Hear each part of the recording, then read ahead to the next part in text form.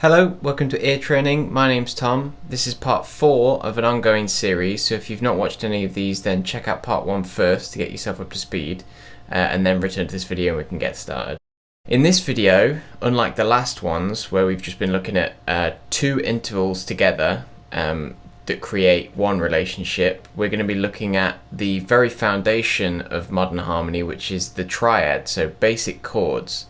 Now I'm sure those of you who've been playing for a while, or even those that have just started studying music, you'll know what a major and a minor chord is.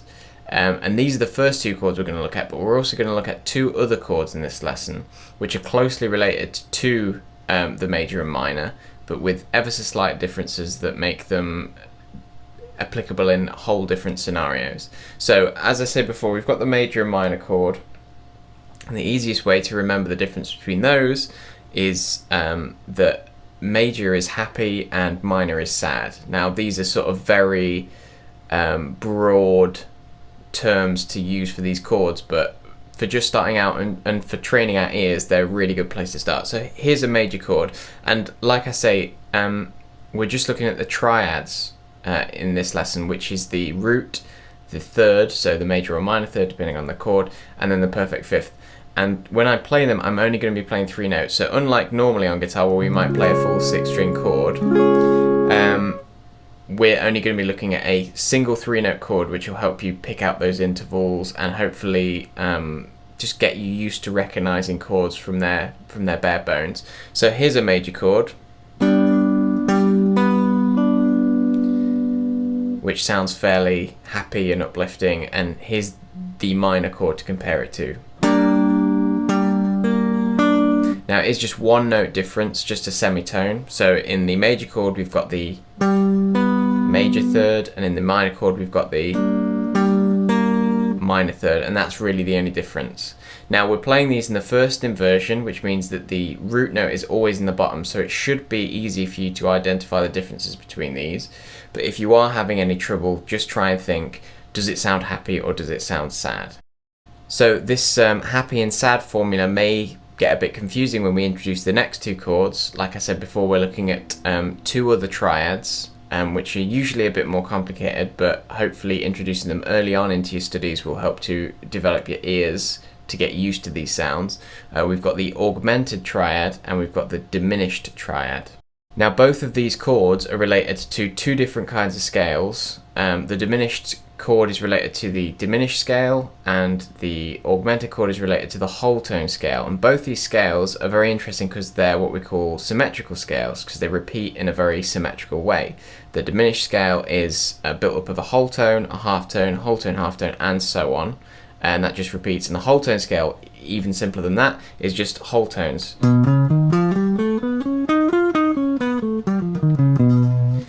And they just repeat and repeat and repeat. And like the major scale is built from the the major chord is built from the root, the third, and the fifth of a major scale. The minor chord is built from the root, the third, the fifth of a minor scale. The whole tone chord, which is our augmented chord, is built from the root, the third, and the fifth of a whole tone scale. Let's listen to the augmented chord against a major chord. So here's a normal major chord, nice and happy. And here's our augmented chord.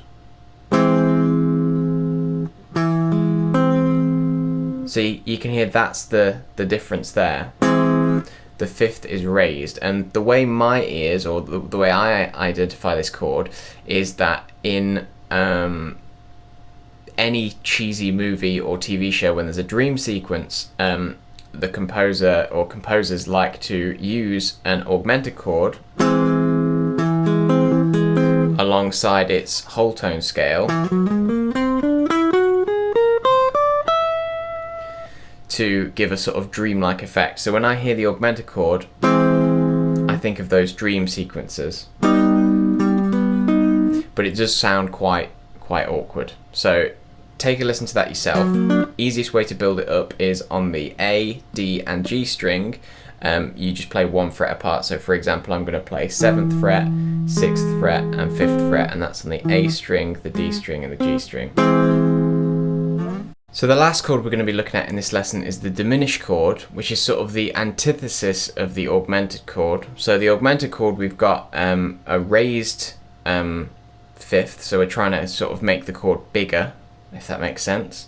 The distance from the fifth, from the root, is raised.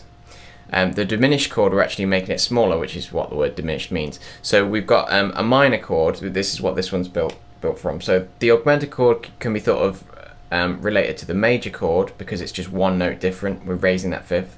And the diminished chord can be thought of as being related to the minor chord because we're just altering the same note, but we're moving it down this time instead of up. So this is a minor chord, and this is a diminished chord.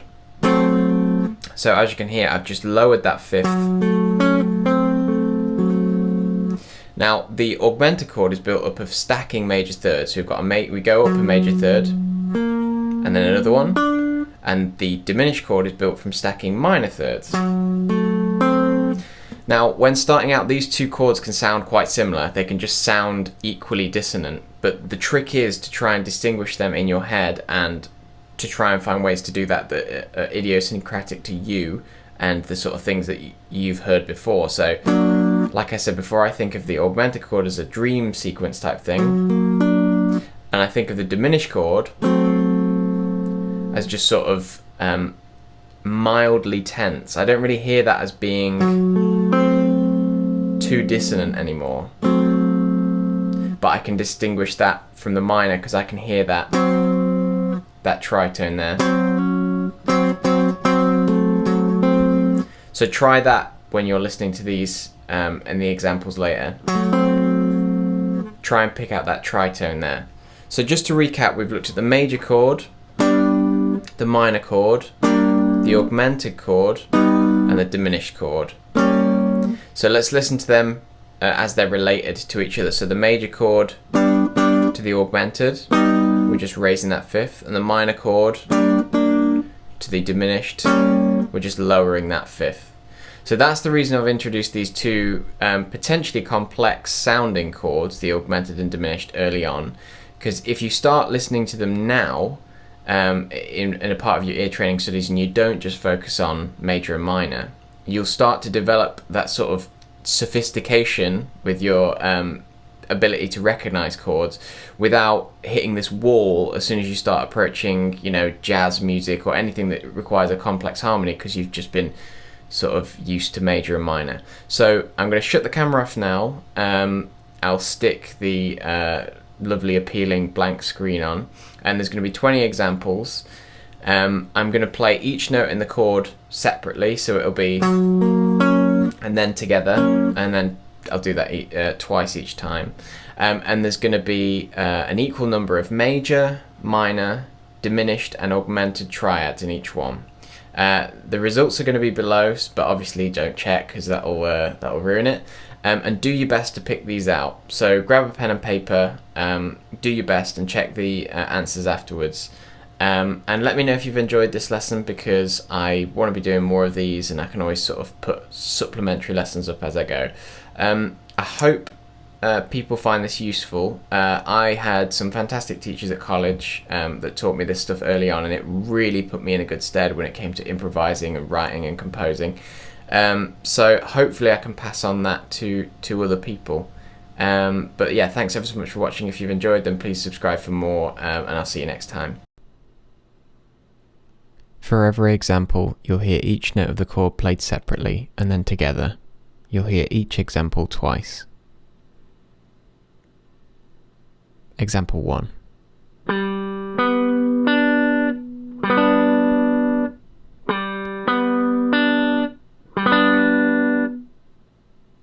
Example 2.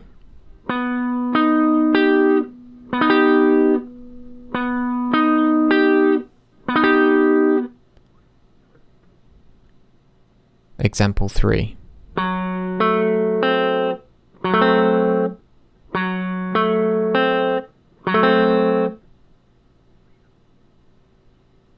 Example 4.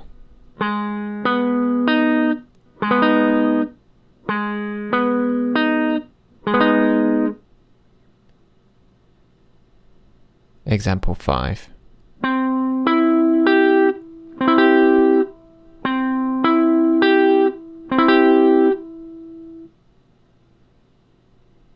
Example 6.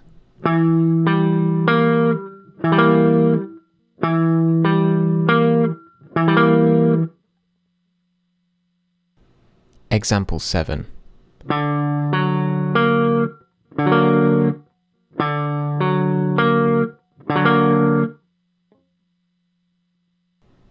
Example 8.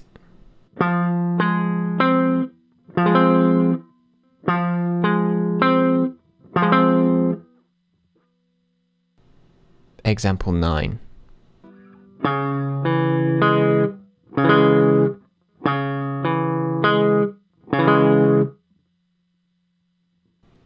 Example 10.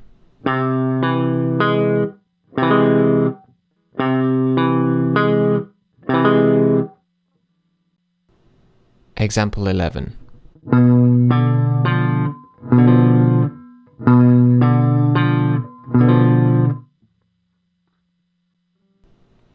Example 12.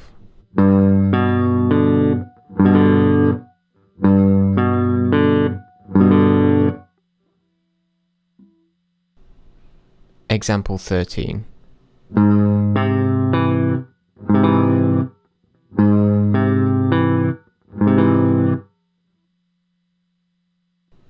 Example 14.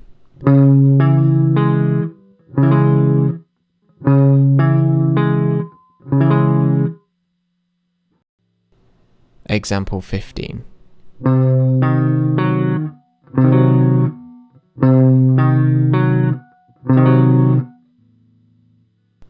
Example 16.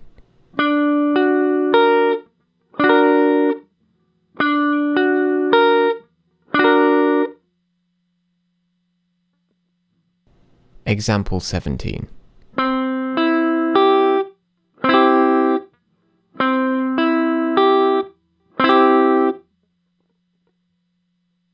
Example 18.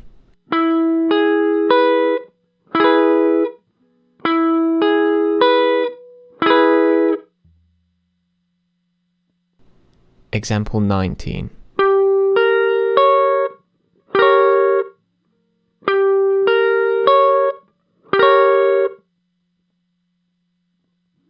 Example 20.